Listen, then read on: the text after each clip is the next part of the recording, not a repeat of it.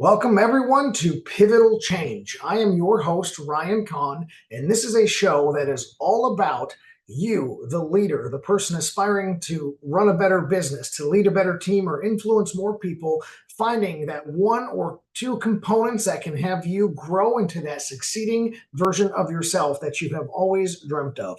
I want you to accomplish your vision. So if you'll stick with me, through this episode, we have a couple of great guests coming on board in our long-term journey together. I hope that you take notes and write things down. I really want this to be more of a conversation with us in our living room on how you can be a better version of yourself.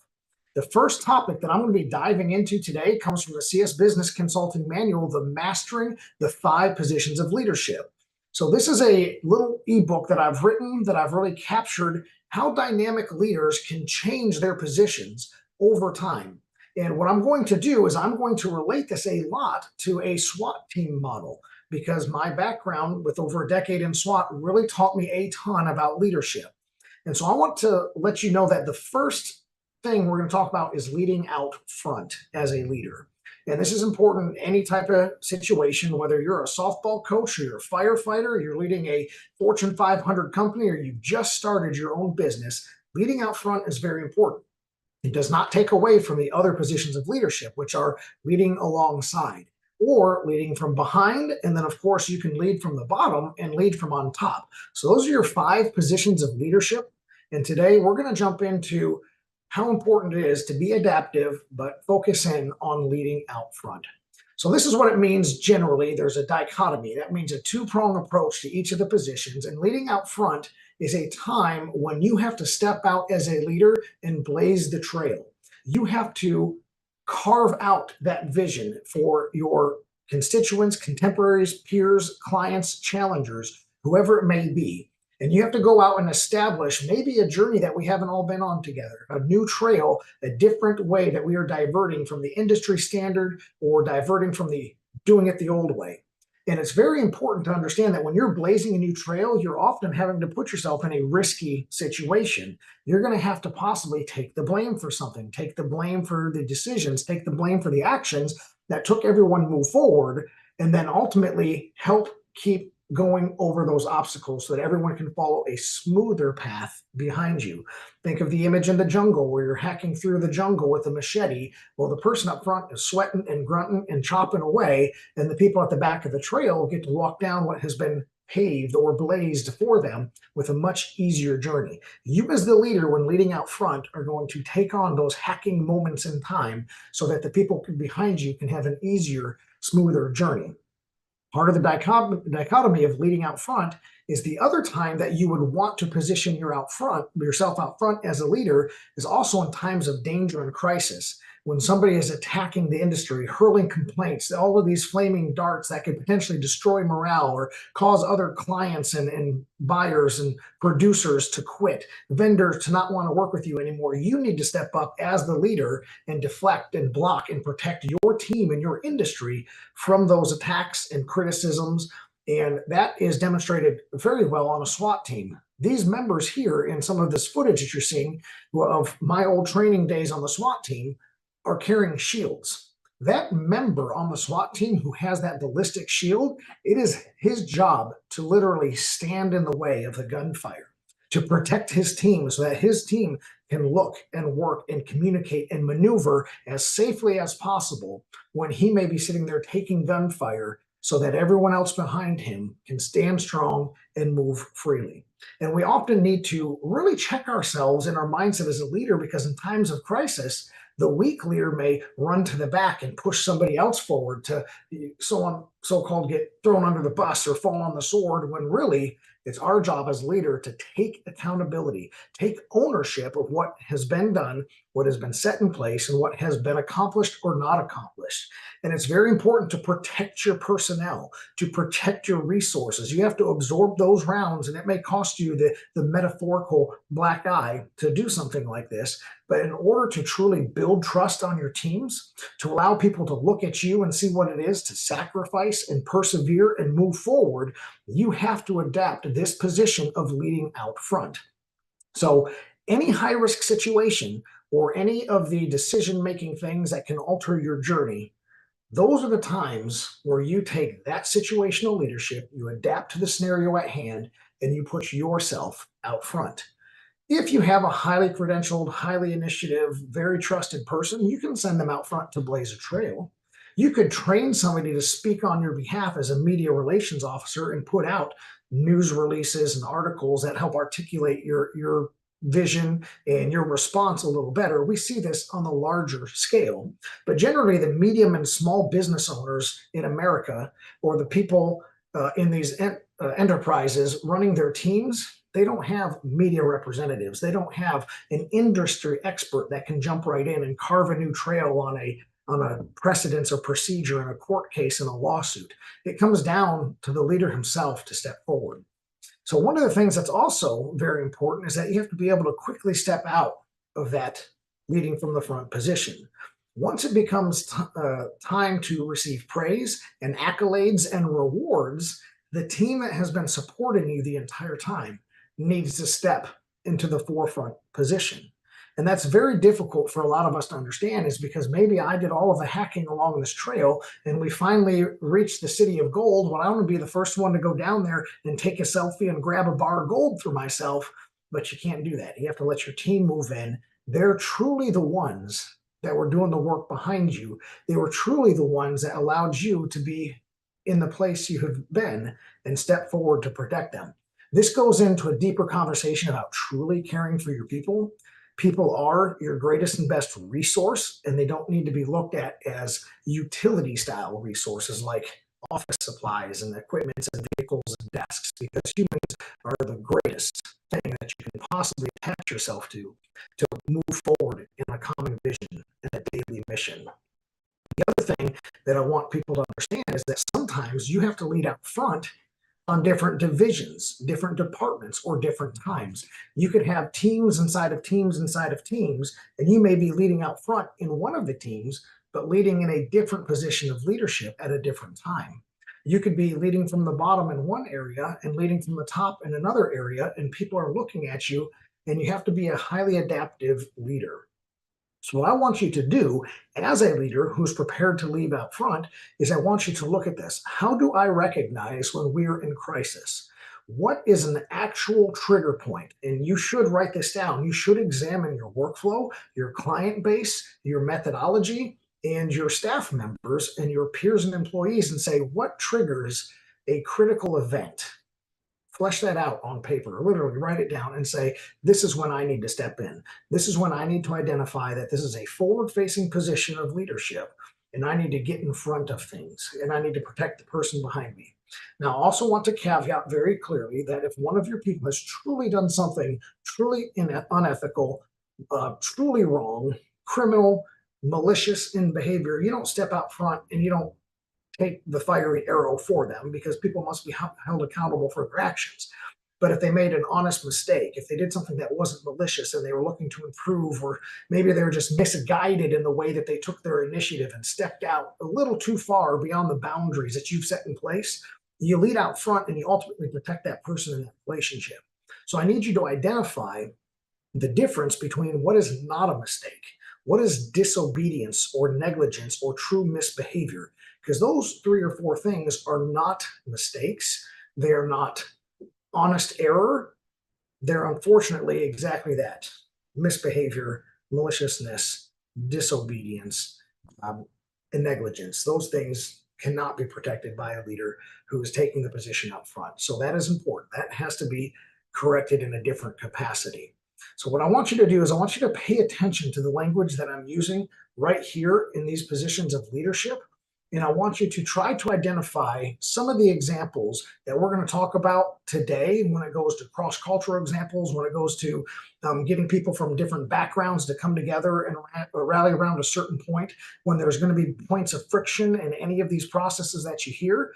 And tell me, is this a time when the guest on the show is leading out front? And even though we haven't gone in depth on this show yet about leading alongside or leading from behind or from the bottom or from the top, try to identify just today, for the rest of this episode, if you can say, ooh, I could be a person who leads out front right here. I could pave a new path, carve a new trail, take initiative on a new project that might revolutionize our industry or company. Or, hey, this is a time where, yeah, I realized that something really bad was happening. There was bad communication, bad friction, something needed to be done. Well, I'm the person to step in front. I'm the leader, and I'm going to put my shield up and I'm going to move the team forward so we can all be successful. Because if you look at some of the footage that was playing today, there's multiple people doing multiple roles. They're pointing their tools and weapons in multiple directions everywhere. They're geared out in different ways, and they're all executing a common mission with different roles. But that leader has to step out front and be ready to do exactly what is necessary to protect the team and ensure the success of the mission. So I want you to keep staying tuned with us for the rest of the episode today. You're going to hear from a couple of great speakers and highlight those moments. Check it along the way, and let's see how you can start to develop your ability to recognize and move into a position of leading out front as a leader. Stay tuned. We'll be right back with you after this commercial break with a very good friend of mine on Pivotal Change.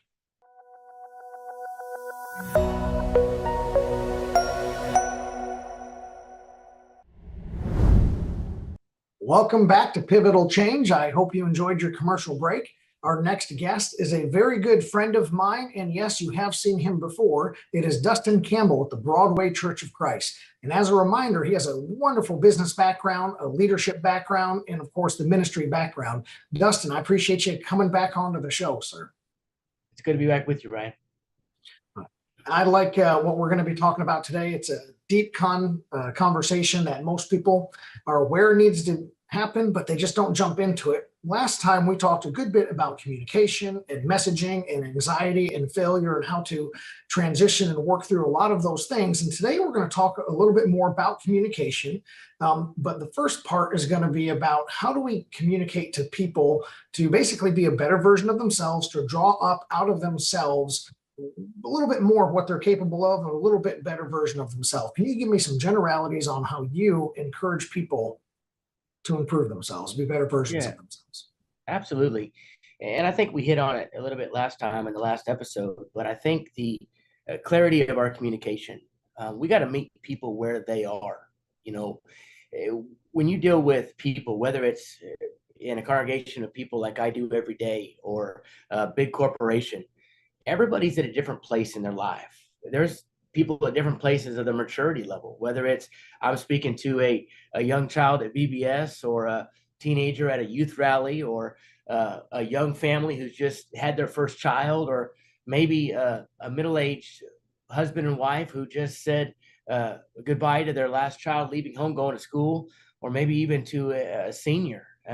Everybody's at a different level. And I think one of the greatest aspects of being a leader is having the ability to not only adapt to the audience in which we're communicating, to clarity in which and how we want to communicate to them, but also being able to be a people person enough to know the people we're communicating to.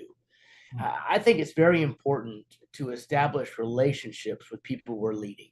I want to know what's going on in their life. And I think in order to be effective leaders and effective communicators to a variety of different people, we have to know who we're communicating to. We have to know what's going on in their life, because we may look at somebody across a conference table one day and see them tear up. And if we don't know why they're tearing up, that could throw the whole meeting into a tailspin. But if we know what's going on in their life, we may have some understanding of what's happening personally with them. And we may be able to not only be that leader, but be that friend, be that person that they want to be led by. Yeah. Oh, I love that a lot. Meeting people where they are, recognizing the different stages in life.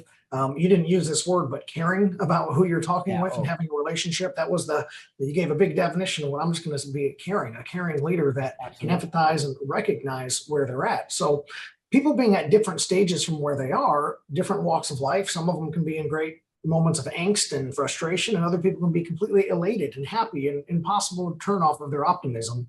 But I'd like to dial into a specific category of people that I think you have a lot of relationships with, is that there's cognitive dissonance, which is somebody's vision of themselves, their ethics, their morals, their core is one belief system or one way of thinking of themselves, but then their actions are separate from that. And it causes a lot of anxiety, depression, and frustration.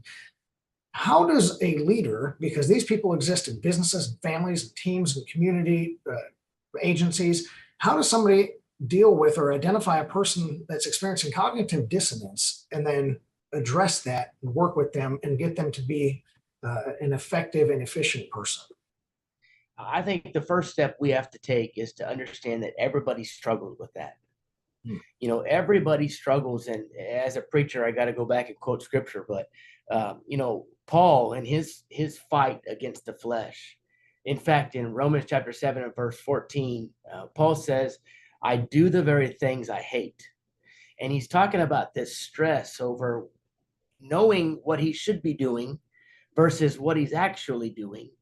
And I think leaders need to have an understanding that not only do the people we're leading struggle with whether it's a moral standard, whether they know right and wrong, but they're put in a situation where there's peer pressure, maybe that's causing them to act in a certain way, or maybe they only feel that they're effective in certain ways if they talk certain ways in certain situations.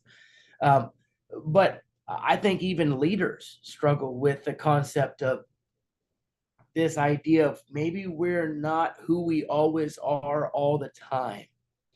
And I'll be honest, I think one of the biggest things that is killing leadership in our society and our cultures today is people are not willing to take ownership of who they really are, and they're fake. And the genuineness of a real leader, of somebody who's the same person Monday through Friday at work that he is with his kids on Saturday, is the effectiveness that we need to look at great leaders. Take a pride, and you had mentioned before that maybe I'm not your typical preacher. And man, I call that one of my biggest compliments, because I see sometimes how Hollywood or the media portrays a preacher as this somebody who gets up on Sunday morning and thinks they're holier than thou, thinks they're perfect, and everybody looks at them through these rose-colored glasses. They knock on the door on a Saturday and they still got their suit and tie on. And that is so ingenuine or disingenuous. I mean, it's so fake to the point of that people see that. People are smarter than we give them credit for. And I think in the ministry, especially for me, in the way I lead, one of the most effective ways I'm able to lead is because I want to be the same guy that they see Sunday morning presenting a lesson as the same guy they see at the ballpark on Saturday rooting on my kids, or the same guy they see at the grocery store on Thursday afternoon trying to figure out where in the world the bread aisle is. And I'm not getting frustrated with it, but I'm the same guy. And I think the realness of people allow people to lead, but also as a leader looking at people we're leading, understanding that they're also struggling with this idea that I know what I should be doing. Right. But maybe my actions are not showing that. I want to say that from a leadership perspective, we lead louder with our actions than we'll ever lead with our words. Right. Let me jump in here, Dustin, because I really want to. You're hammering a point that I want to draw out even further. So, going back to Scripture, I want to put a dichotomy on the statement. So, in the Book of Acts, it tells us, "I became all things to all people, so that I could then impact them and preach the word and get the gospel going." And as a leader, we need to be all things to all people in the capacity that I relate to each one of them. I have something in common with each one of them, but I'm not going to change my authentic self and now act like a knucklehead when I'm around the knucklehead, and act like the lustful person around the lustful, and act like the thief when I'm around the thief. But instead, I'm going to relate to the parent that's just sent their kid off to college and has the empty nest, the person that's facing retirement or medical issues or a newborn baby. I'm going to become all things to those people in empathy, not in behavior. Does that sound kind of like a point that you're driving? And even the scripture you're talking about in 1 Corinthians 9, when he says that, he says, I become all things to all people, but never outside of the law of Christ. In other words, I'm going to become all things, but I'm never going to go so far that I become wrong in what I'm doing. And I think that's a strong principle for leaders and for people who are being led. And it's an understanding that we as leaders need to have. Nobody's perfect, including ourselves as leaders. We all struggle with many different things. So I think there needs to be some grace that's applied as leaders when we're leading people who are struggling with this idea of not knowing how to act, or we know how we want to act, but we act in different ways. So I think there needs to be that grace that's implied, but also the idea that there does need to be a firm line of, hey, this is now wrong. Right. Now it's one thing to maybe talk a different way. We may use different slang when we're with different people. We may talk like the teenagers talk when we're with the teenagers, and you all use all their new words, and I'm not going to use those words when I'm with the seniors. But at the same time, we need to not cross that line of, okay, now this has become wrong. And Right. and you know better than this, and you know how that is to act. I hope that's kind of answering your question. It does answer the question. I think that's how people can resolve that cognitive dissonance, is that they can understand that, I preach my leadership philosophy on to people. And when we complete the leadership philosophy, and actually when we're building it, I tell them, you're not a different leader at work. And you're not a different leader on your ball team or as a coach to your kids' programs. You're not a different leader to your spouse or to your children or to wherever you go, your bowling team. You're the same leader, and just the mission can change at different times, but your leadership and you are always the same. And so I think that is where we can resolve some of that cognitive dissonance. But on the same token, I'm going to talk with my bowling team a little different than I'm going to talk with the Pee Wee Soccer League, right? And again, as long as it's inside those boundaries and expectations of what is appropriate, moral, ethical, legal behavior that gets the mission accomplished and gets the job done, I think we're really hitting the nail on the head here, Dustin, which what you've said and drawn out in these points. So let me ask you this question. Final question of the night before we got to roll into commercial. If I were going to say, Dustin, give me one piece of advice, one take home that I can do today to draw myself into alignment, to get this anxiety, this frustration and fear out of the way, to get closer aligned with myself, my true self, what's an action thing I can go home and do today or tomorrow to take one step forward and getting rid of that cognitive dissonance? I think the first thing we need to do is we need to know who we really are, and own that. And I think, I'm a note taker. I love post-it notes. I write lists.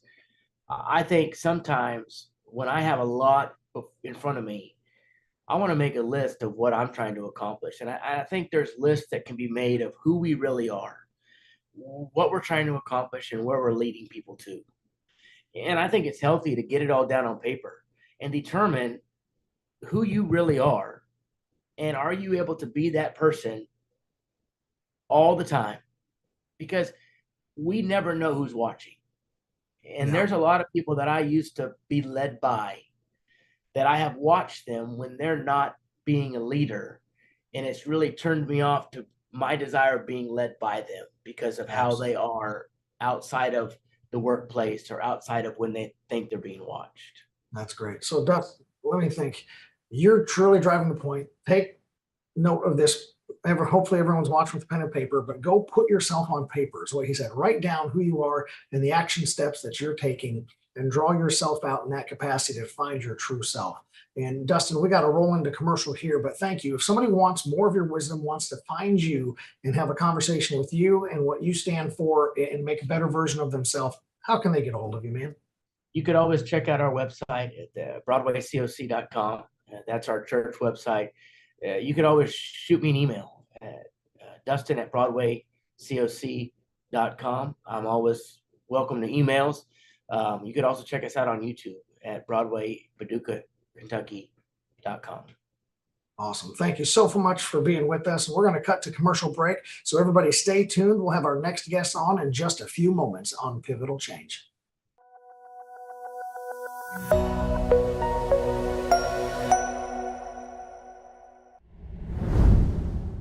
Welcome back from the break, everyone, to Pivotal Change, your show about learning how to make that leadership change in your life that's going to drive you towards success. Now, we are back from that original discussion that we just had with some really good information about leadership and making yourself those changes moving forward internally. And I'm now bringing you to our guest, a very, very dear guest of mine, one of the most dear guests I could possibly have on the show, my very own father, Robert Conn, who goes by Bob Conn. Now, his background is pretty interesting and is ultimately responsible for a lot of the leader who I am today. He's had an incredible career in General Motors over 30 years, and he ended his career as a pre-production and development operations manager in engineering. And what that required him to do is, as a leader, go all over the world, places like France and Germany, a little bit of time in Japan, South Korea, China, and Mexico, and work with other leaders, other teams, and help drive everyone towards their mission in maximizing production using people from all backgrounds. So, Dad, welcome to the show. Welcome, son. I'm glad to be here. Well, what I'm going to do is, we're a little bit crunched for time because we're boxed in by the hour. And I want to jump straight in with the questions so people can see a little bit about where I come from as a leader and your mindset and how you drove a lot of remarkable success. So I'm going to ask this question. You did spend a lot of time working for that one company, General Motors, at a high level, and you did leadership level type of maneuvers all over these different countries. You had one mission to get accomplished, and you had to get people from different cultures, different countries and backgrounds and faith groups and et cetera, all of that diversity to work together and strive towards that one mission. So tell me, what did you do to make all of that successful? Wow, big question. The mission was to execute an experimental hardware program and take it from conception to manufacturing. Doing that in China, doing that in Korea, doing that in France and in Mexico. The task at hand is to make sure that we did it in a fast way so that we could, if we had needed to correct problems or errors, the cycle time was reduced. The problem is we were dealing with multiple cultures. Now, how did I do that?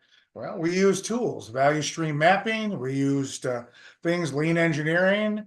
We used a whole host of things that we actually gleaned a lot from the Toyota production system. But the biggest thing was how to develop a team of experts and have them focused and have trust, because if you don't have trust, it's very difficult to move forward. And so you spend a lot of time mentoring, a lot of time making sure that everybody understands what the task is set before us. And then breaking down cultural barriers, which we had to do because some people just don't think the way that or execute the way that we executed. But it was a great job, and it was wonderful, and it was highly motivational, and enjoyed it immensely. I can imagine that that's pretty rewarding when you take, again, this diverse background of people that maybe have never been exposed to a system, a methodology, or different cultures of working together, and then you get the light switch to click and turn on, and the people are now moving towards that mission. So one of the things I want to draw out right here as we continue to discuss is you said establishing trust. And to me, knowing your background is how you raised me, trust is paramount. Can you dive in a little bit farther about what are some of the methodologies or conversations or people you would specifically target to help build trust along the way? Okay, so when we develop a team, you have a program, you have a vision, you have something that you need to execute, but you got to find and develop a team to do that. You spend a lot of time listening to them, a lot of time mentoring them. You definitely have a lot of time understanding their skill set. One of the biggest issues was you don't put people in positions that they're going to fail unless that's part of the character growth. So as the leader, you've got to make sure that not only do you have the vision, you have the self-confidence, and there are times where you have to have the end say, it's this way and we're going to do it. And there's no time for dialogue. And so when the team works together and they begin to understand where the roles are and the responsibilities, which have to be well defined, people can work and function in an environment versus trying to figure out what do we do next.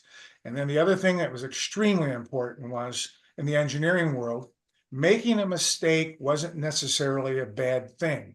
Not making a decision was a horrible thing. So we have to make sure that what we were doing, that people were empowered. And that was a big key, was how to get them empowered. If I had to be a helicopter manager and had to make sure I had to go around and do everybody's job or to verify they were doing it, the team wasn't functioning. And so we had metrics to measure how well we were doing to get to that level. So you gave us a whole lot to think about.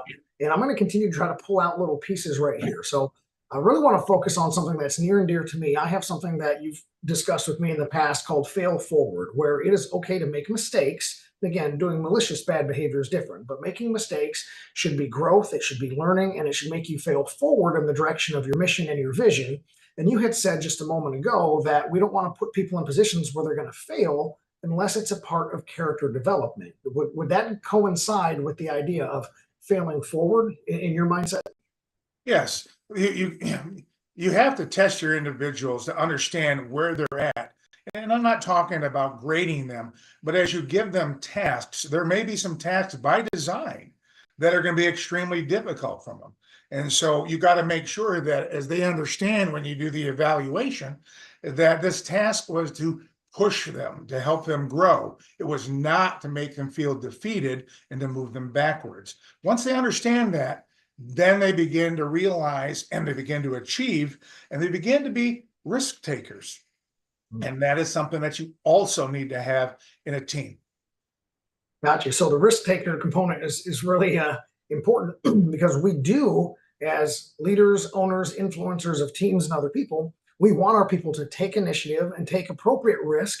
Now, I tell as a part of my principles of leadership that setting boundaries and expectations is important. Expectations is, I want you to go out there and conquer. And boundary is, but I want you to go this far and no farther to keep things inside the wheelhouse and inside a safe realm. So maybe a calculated risk would be a little bit more of my perspective, but I really like your development mindset right here. So circling back to trust, if you come in and do what you've told us today on the episode, and you say, I'm going to identify people's skill sets, I'm going to begin defining their roles and what exactly they're going to be doing, and then push them to a level where they're challenged and maybe even learn through failing.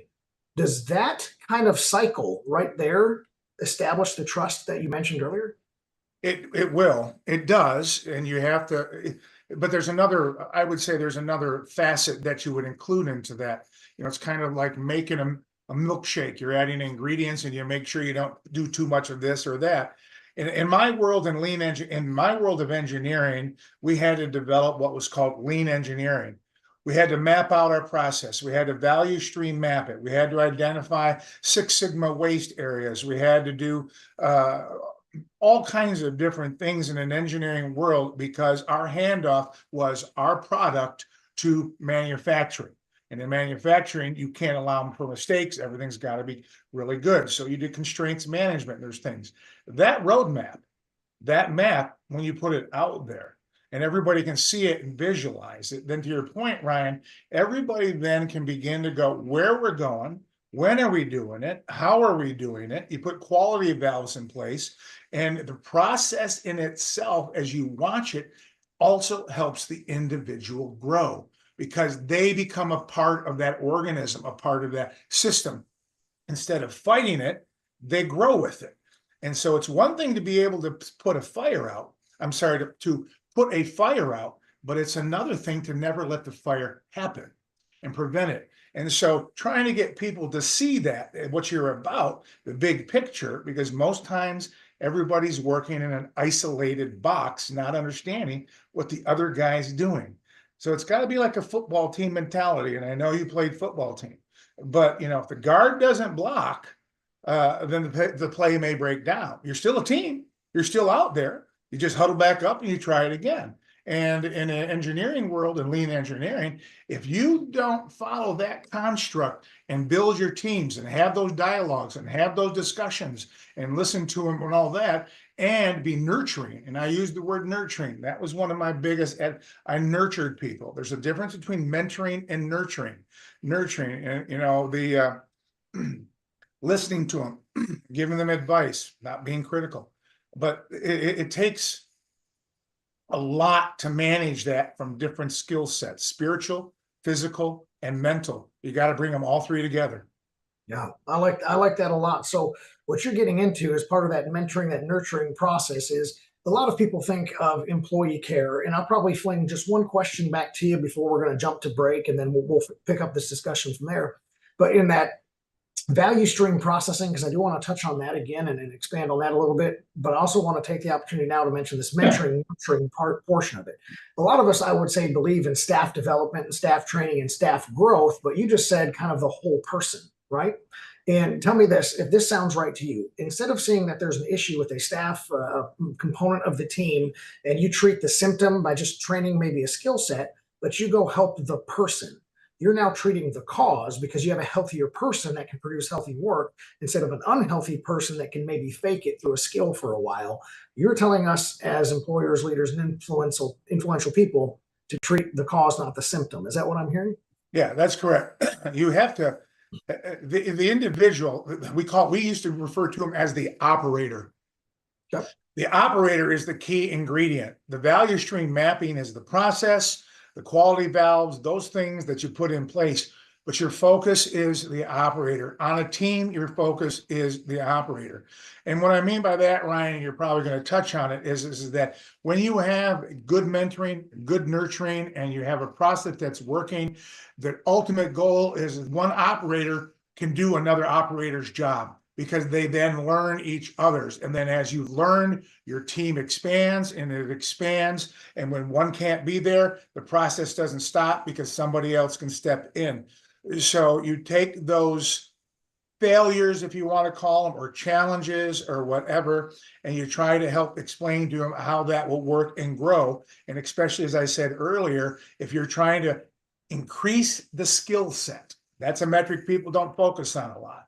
They get an expert and the guy's great at one thing, but I want a guy that's great at many things, because then he's more valuable to the team. Okay, so let me jump in here real quick. So, because we're gonna talk about this a little bit more. Again, back to this mentorship and this value-based, or this value stream model mapping that you're talking about. But real quick, we're gonna have to cut to commercial break, but I do want to stick a pin in it right there for the audience. And remember, audience, grab your pen and paper and write down what you're hearing. I want you to take these lessons home. So stay tuned, and we're gonna be back with more Bob Conn right after this commercial break on Pivotal Change.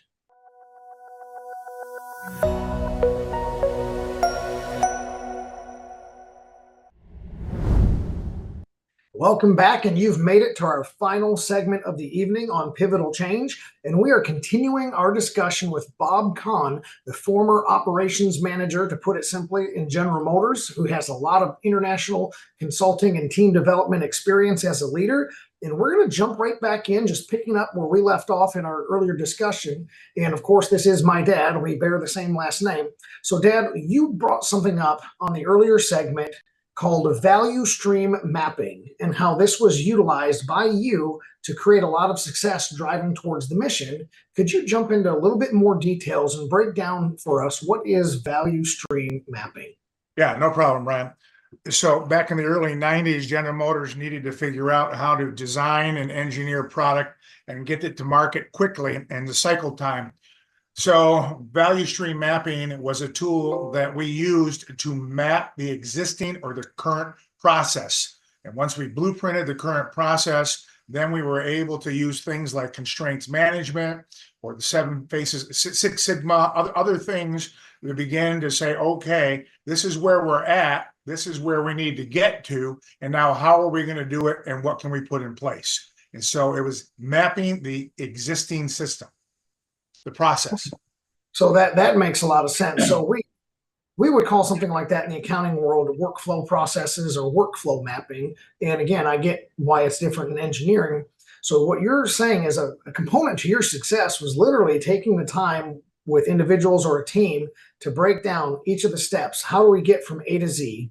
Let's literally put this into a map and see where we can find out where we're the most effective, or we have efficiencies that are seeping out of the system, and then start identifying the skills of people and putting people and process into the right places. Is that a decent summary? Right. So bottom line is that you got to design it, you got to source it, you got to procure it, you got to evaluate it, you got to test it, you got to take the data, you got to look back, redesign it again if you need to.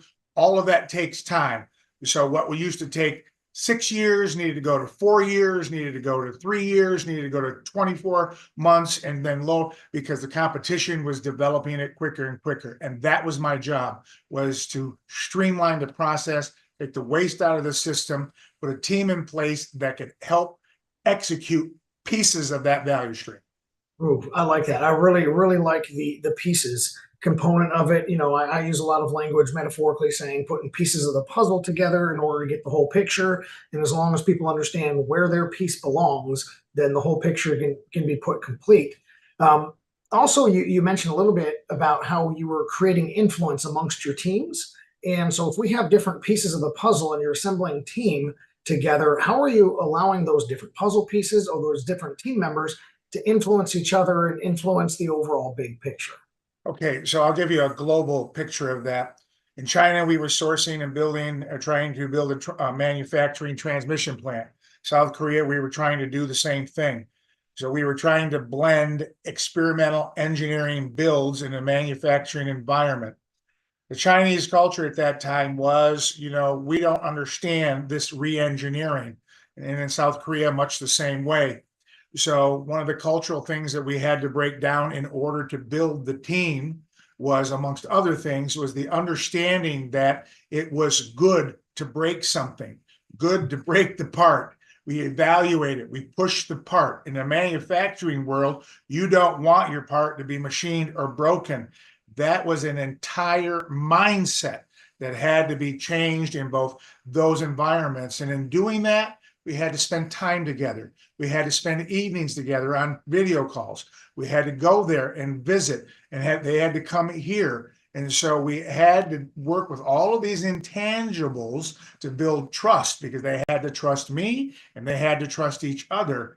And that is something sometimes you can't value stream map.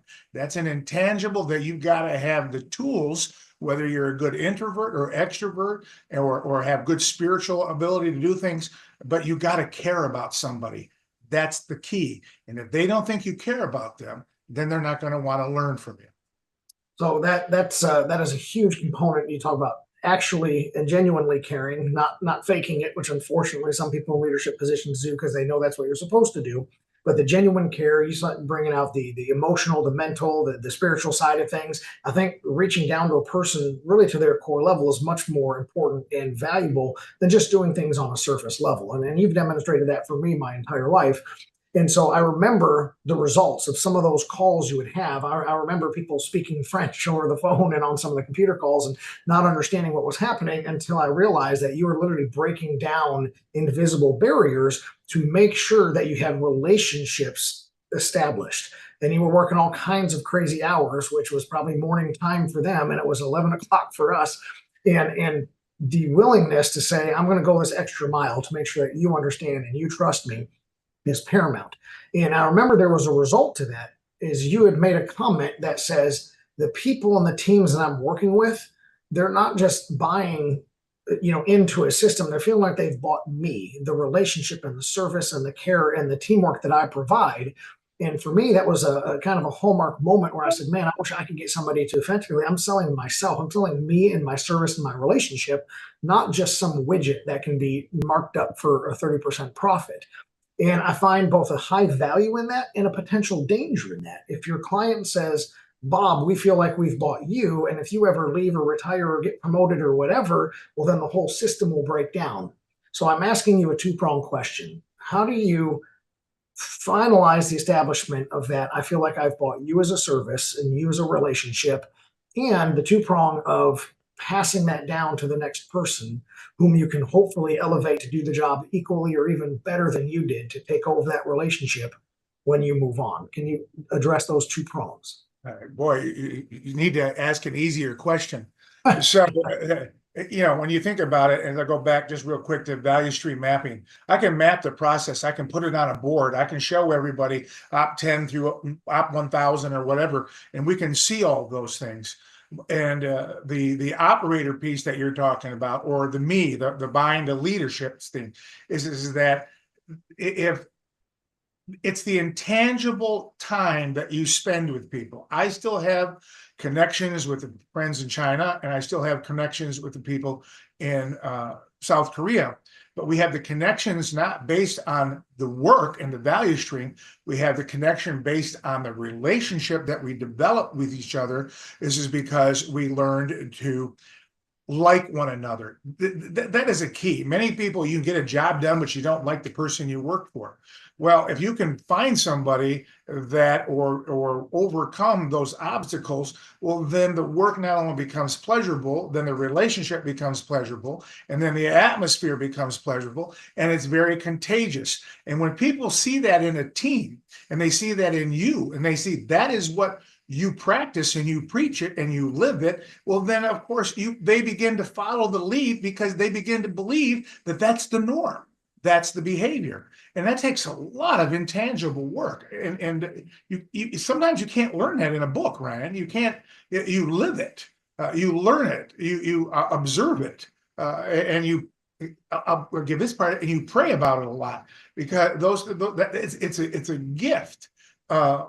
Someone said, leaders are born, they're not created. Well, I would say that they're kind of both in many instances. And so you can, because you can, whatever it takes to become a good leader for a long period of time, it's not when the job's finished. This is a key. When the job was finished and we executed our program, we didn't stop being together.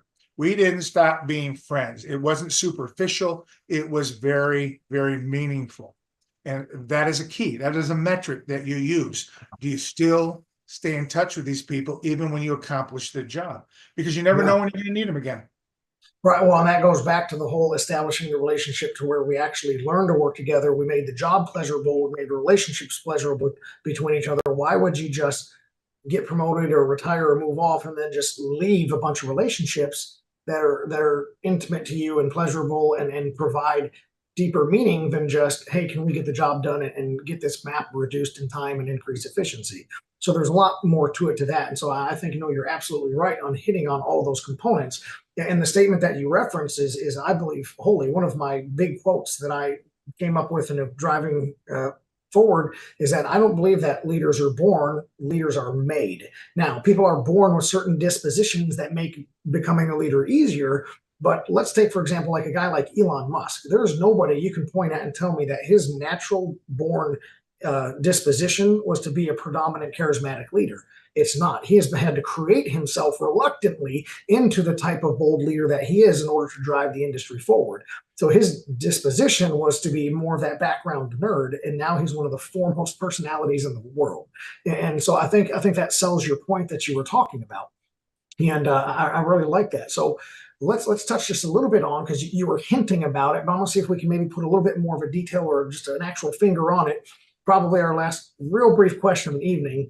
But if we have clients that are afraid that, Bob, you're going to leave me, you're going to retire, how do you hand off that trusting relation to a person that is newer or less experienced in the relationship? What's the real quick 30-second handoff process? Yeah, there's no more difficult task than taking the team and the people you care about and then hand them to somebody else and you move on. You have to be able to do that. So the key is transition. You just can't. It's unfair to a team, unfair as a leader, unfair to people to just get up and walk away. When I retired from General Motors, I spent 6 months of training and trying to bring people together and transitioning the team to understand and moving the direction towards somebody else. Because if the focus is always on me, well, then you're going to have a problem. Because when I go away, the team breaks down. A good mentor and a good person understands that you're training these people to be able to step up if something happens to you. But it takes time. You can't do it in a vacuum. So to answer your question, it took me 6 months or more to be able to train, to be able to do that. And that was my focus. You can't find that in a value stream mapping. It's not there. But call it the transition and the handoff. And in a world where people get bought out or quit or all of a sudden go on to different jobs, you can see the disruption not only in the process and the value stream mapping, but in the teams. And those things, they can destroy your morale and your product. Yeah, that's great. So let me jump in here because I do have to close out the show tonight, but this has been absolutely fantastic. I hope people were writing down the points that you were making and planning out and strategically executing the transition to hand off those relationships. It's not just, hey, this guy's going to carry the bag now. And so that's so much more important. What a wonderful discussion, Dad. Thank you. You're obviously one of the dearest and greatest guests to me. But really quick, people are probably impressed with what you had to say, as I have been for the last 40 years of my life. How could somebody reach out and find you and say, I want Bob Conn to help me in my situation and do some of these things he said? What's a way somebody could get a hold of you? Well, I haven't gone into hiding per se. I'm still on LinkedIn. But bottom line is I think you've included my email and my phone number there. I don't do this consulting business right now. Most of my consulting is in the church where I'm doing it. So, but feel free if people have questions or they're looking for some more information. I always enjoy trying to help people and talking, and I enjoy listening. Outstanding. Well, thank you very much. And to everyone watching, I want to challenge you once again, go out there and see the change and be the change. And we'll see you next time on Pivotal Change. This has been a Now Media Networks feature presentation. All rights reserved.